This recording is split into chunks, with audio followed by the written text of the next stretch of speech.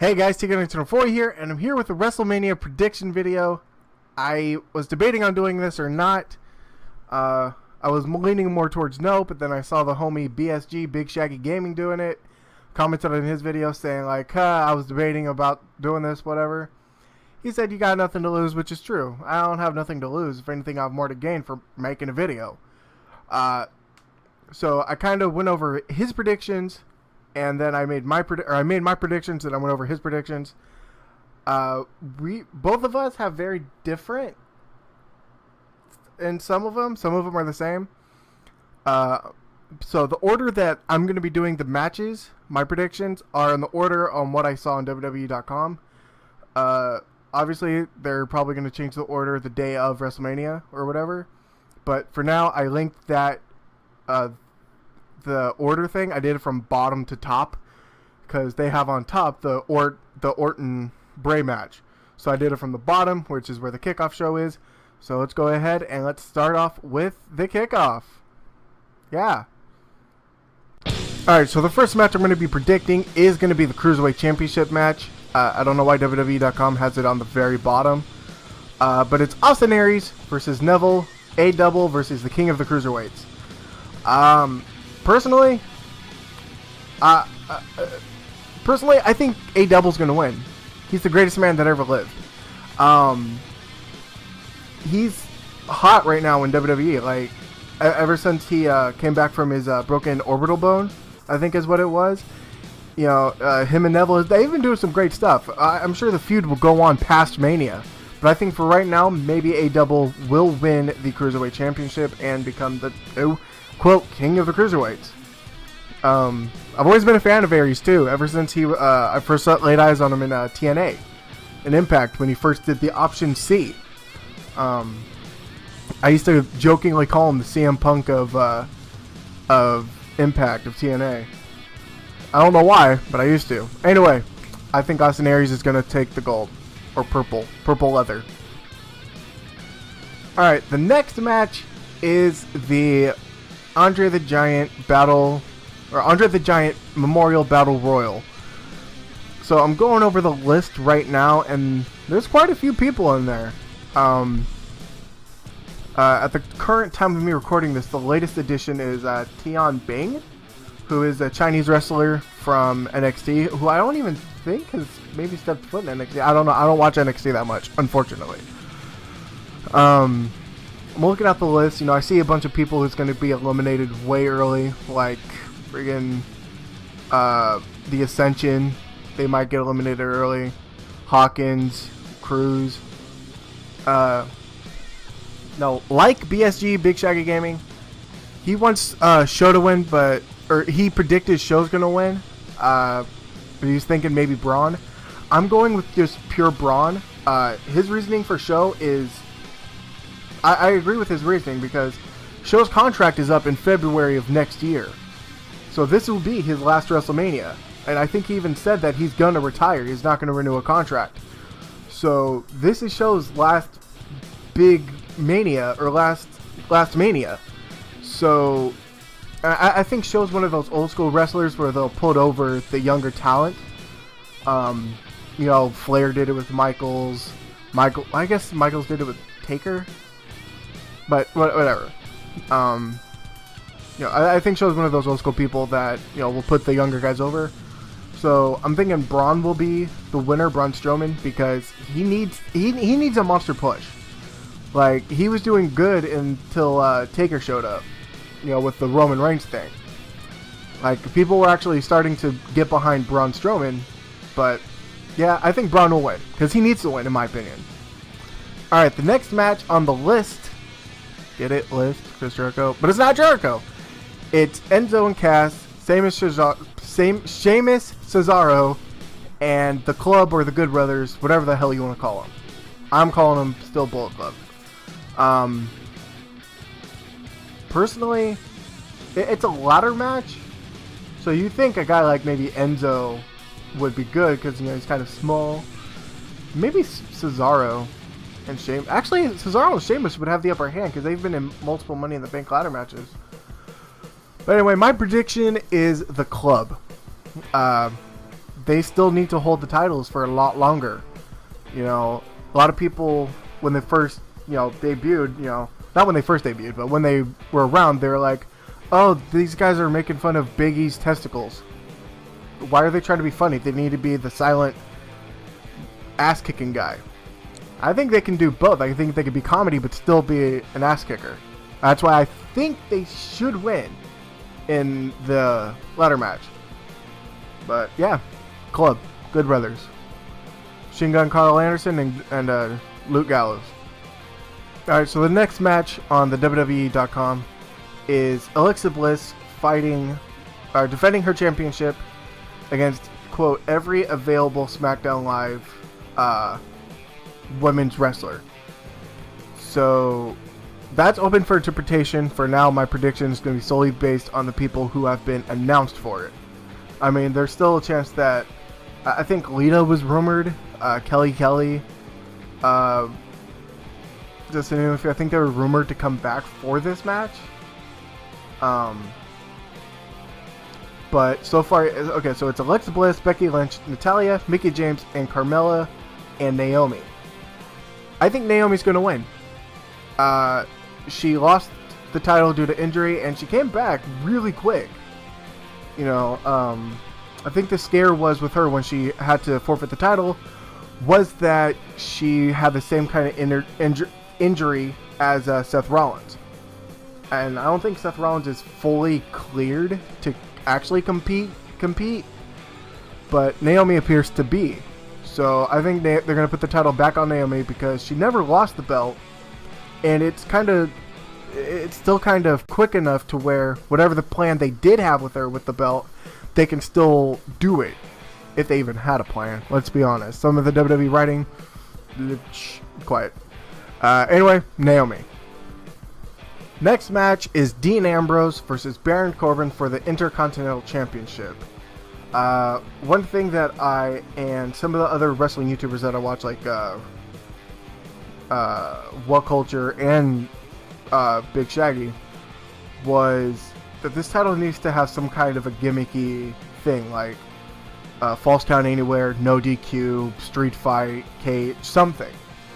I mean, Baron Corbin tried to kill Dean Ambrose with a forklift. Make it a forklift match. I think they've had one of those type of things before. Maybe, or I'm thinking of something else. I remember Brock Lesnar jumping off a forklift. Was it a forklift? I don't remember. But they need to have some kind of a gimmicky thing. But anyway, I think Dean Ambrose is going to retain the IC title. And I think this feud will continue past Mania. Like, for sure. Like, right now, it seems like both guys are kind of not really doing anything. At least storyline-wise, they're just kind of feuding with each other. Right now, I don't see them going off and trying to beat up someone else. Like, Baron Corbin, the character seems to me like, if he loses, he'll try and right his loss. He'll try and right his wrong. Like, he'll keep going until he wins. And Dean Ambrose is kind of like the same thing, in my opinion. But yeah, I pick the Lunatic Fringe. Alright, now I can say this. The next match on the list is Kevin Owens versus Chris Jericho for the Intercontinental, or not the Intercontinental, the United States Championship, which is kind of funny considering how they're both Canadian. Just drink it in, man. Stupid idiot. So anyway, Kevin Owens, Chris Jericho, United States Championship. I want KO to win. And one of the things that I noticed that you said, Shaggy, if you're watching, was you said that maybe they'll shake hands after. I don't think they will. Because if Jericho really is going to go off and tour with Fozzy, his band, then I remember hearing Chris Jericho saying, I think himself, that one of the times when he got fired from WWE, he got to be carried by security. He wanted it that way. So I think after the match, Kevin Owens is gonna destroy Jericho, put him through an announce table or maybe one of his little constructions that he normally does. What was that, Battleground, I think it was? When he fought Roman for the title and he had the chair thing. But yeah, I think KO is going to win. I think KO Mania 2 is going to... I want to say something Hulk Hogan-y, but I don't want to. Alright, well, KO. Alright, now we're getting into the Raw Women's Championship match between Nia Jax, Charlotte Flair, Bayley, and Sasha Banks. This one's actually kind of a tough one because you have, you know, the 3 out of the 4 horsewomen in that match and Nia Jax. Are they gonna have one of the 3 horsewomen win, or are they gonna surprise us all and have Nia Jax win? Personally, I think me and a lot of other people might think that Banks will win, that Sasha will win, because it's been rumored for a while that she's gonna turn heel. And from what I've heard, like I said, I've never watched NXT. I should, but I don't. But from what I heard, Sasha is a great heel. She's a great bad guy. And I can see with the name like Boss, like she's a legit boss. She just kind of has that swagger about her that she could be one of the best. She could be like, who's a great heel back in the day? I don't know. I'm drawing a blank here, but she could be like the top heel in all of the women's, the WWE women's roster, not just Raw, but on SmackDown also. But yeah, I think Banks will win. All right, now we're getting to the match that everyone really didn't want to happen. One of the matches that really didn't want to happen: Styles versus McMahon, AJ versus Shane. I gotta say Styles is gonna win. I'm just gonna say that right now. For one, AJ Styles is a professional wrestler. Shane McMahon, not really. Like, don't get me wrong, Shane McMahon, he's great. He seemed like a great worker. Like, he seems like he's he knows what to do and he knows what he's capable of. Sometimes. That coast to coast he did last year on Taker was kind of miss. Maybe because he was tired. I don't know. But what I think Styles is going to win because, one, he's the talent. Shane's the commissioner. That's one reason. Another reason is something that Styles said on last SmackDown was something like pretty much saying there's no gimmicky thing. There's no ladder to jump off. No cell to jump off of, and you know, just stuff like that. If it's just a pure one-on-one match, Styles has it. Like, Shane can keep getting up and back up and back up every time Styles knocks him down, but I think maybe 1 or 2 Styles clashes and Shane's done. So, Styles. Also, I was a big fan of him in TNA too. Alright, so the match that nobody thought was gonna happen due to his injury: Seth Rollins versus the man with 3 H's in the unsanctioned match, so pretty much a hardcore match. I think this match is gonna be kind of short. Like the homie Shaggy said, he thinks that someone's gonna interfere. I do too. I think he was saying more of like Shawn Michaels and you know, those kinds, like the older kind. He mentioned Stone Cold too. I think Samoa Joe is gonna run interference, and then maybe Sami Zayn will run interference on behalf of Rollins. Because, you know, right now Triple H kind of has that alliance with both Samoa Joe and Kevin Owens. I mean, hell, they teamed together in a house show when Finn Balor made his return to the, you know, the house show stuff. So, or maybe, hell, this is just an idea that just popped in my head. Maybe Samoa Joe runs interference, then all of a sudden the Demon King returns at Mania. Who knows? But yeah, my pick is Seth. I do pick Seth. So, Rollins. I used to call him Seth Roll-On Deodorant back when he was a bad guy. But not anymore. Seth Rollins. So the next match is the Power Couple match. John Cena and Nikki Bella versus Miz and Maurice. Now my mom is in her room. She's gonna probably yell "Hey!" like, because this is my second time recording this part. My opinion is Miz and Maurice is going to win. I was waiting for the hey. I think Miz and Maurice is going to win because, one, Cena, after Mania, he's going to be doing movies and shit. You know, he's going to be going away. He's not returning probably for like maybe 2, 3, 4 months maybe. No, John Cena's kind of a part-timer now. Whereas Miz, he's staying here. Miz is going to be on TV. John Cena doesn't need the win. I think Miz and Maurice does. Because also, if you take into account, Maurice hasn't wrestled a match, at least as far as I know, since she left WWE back in 2000 whatever. I don't even know. I didn't do research on this.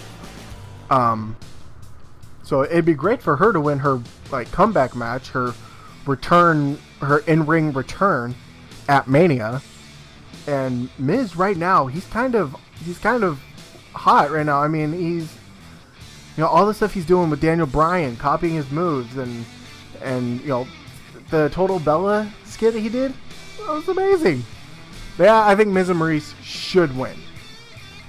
Alright, this is the match I've been not wanting to talk about. Roman Reigns versus The Undertaker. The battle over whose yard it is.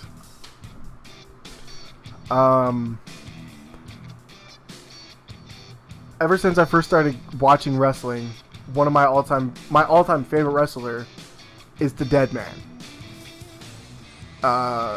That's one reason why I think I have long hair still, is probably because of him. I don't know, it's very likely. But my pick is Taker, but I have a feeling that Roman is going to retire the Dead Man. He's getting old. Like I'm used to saying, you know, Taker as, oh, you cannot kill what is already dead.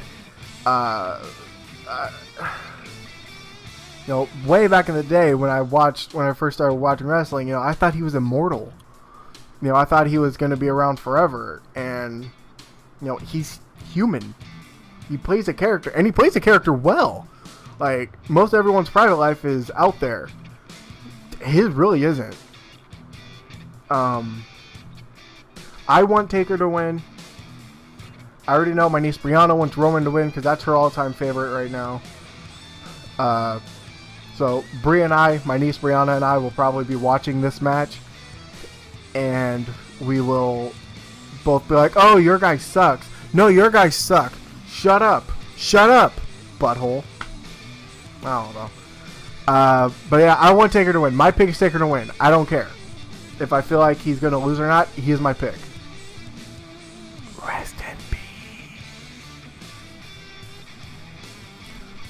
Alright, the next match that is on the WWE's list after the Taker Roman match, which I highly doubt this is going to be the right order in which they actually put out the stuff, but is Brock Lesnar and Goldberg for the Universal Championship. I gotta say, I don't want this match to happen, because one of the problems in WWE, I feel like, and that I hear a lot of other people talk about, is, you know, all the part-timers are taking away the good spots, or the spots from the talent who's there now. This is kind of like what I kind of said in my Miz and Cena, the Miz-Cena match, or the Miz-Maurice-Cena-Nikki match. But anyway, my pick is Lesnar. For obvious reasons.